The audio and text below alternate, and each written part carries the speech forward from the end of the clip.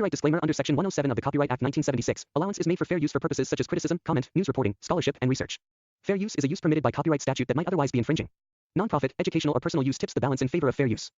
Hey YouTube, how's it going? Today we are going to be doing a review for Predator Killer of Killers. It is a sequel to the movie Prey, and it is a prequel to the movie Predator Badlands, which is coming out in November of this year. It is all directed by the same guy. His name is Dan Trachtenberg.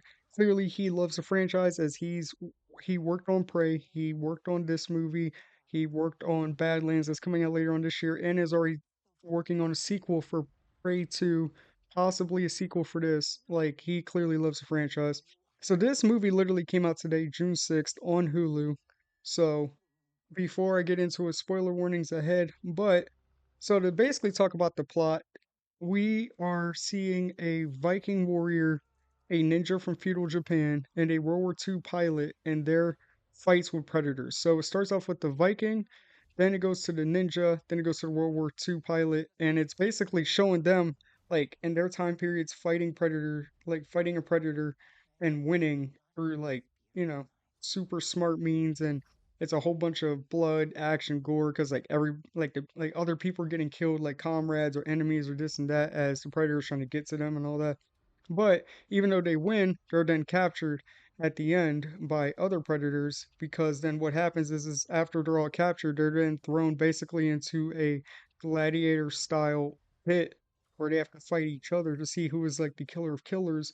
And when they aren't really trying to do that, the predators send this big ass like predator creature thing, and they end up taking it out and end up escaping the ninja and the pilot, while the Viking let herself basically be like captured again or killed or whatever like that so they can escape.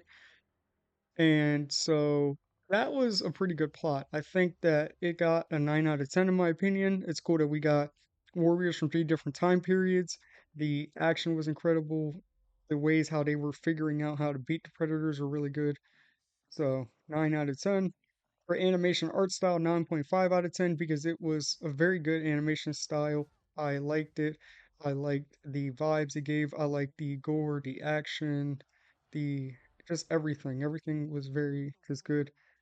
Um, very flashy. Characters gets a 9 out of 10. Wasn't, too much dialogue, too much this and that character development, but it's still, we got a Viking, a ninja, and a World War II pilot fighting predators all in one movie, and a Predator movie.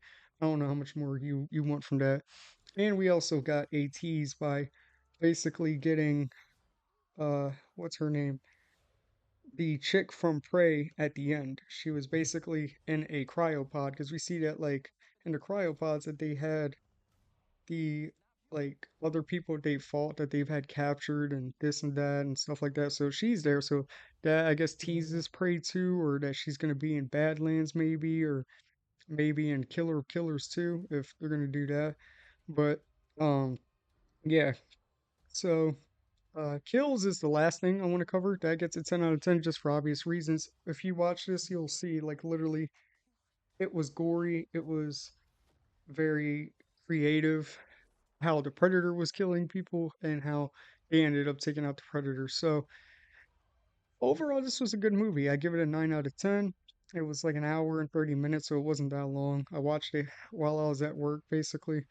And yeah, so I'm excited for Predator Badlands. Predator is actually one of my favorite franchises, so I'm really excited to see what this guy is doing. This Dan guy, he seems very, very like well understanding of the type of Predator movie you have to make to appeal to the Predator fan base, and I am excited to see what he does next with the franchise.